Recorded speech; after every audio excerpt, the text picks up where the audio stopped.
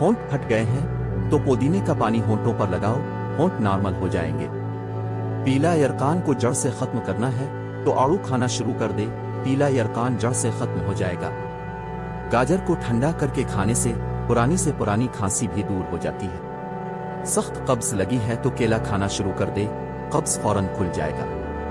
इमली वाला शरबत पीने से ब्लड प्रेशर नॉर्मल हो जाता है। जिस घर में मुर्गियां होती हैं, इस घर में खारिश की बीमारी नहीं आती। जिस औरत की गर्दन ऊंट की तरह लंबी होती है, वो जुड़वा बच्चे पैदा करती है।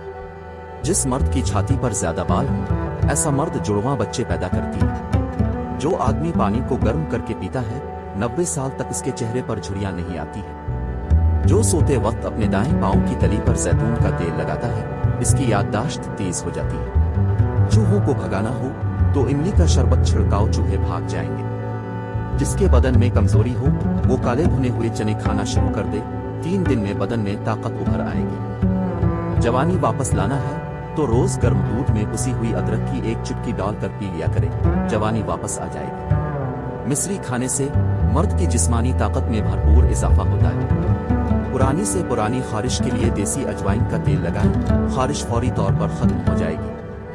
आंतों के अमराज के लिए केला बहुत ही मुफीद है।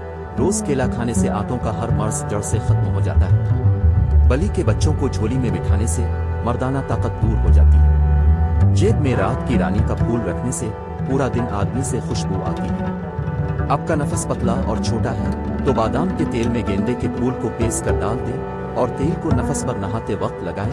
नफस गधे जैसा मोटा और घोड़े जैसा लंबा हो जाएगा। उबला हुआ अंडे की जर्दी खाने से कमर के मुड़ों का दर्द जड़ से खत्म हो जाता है।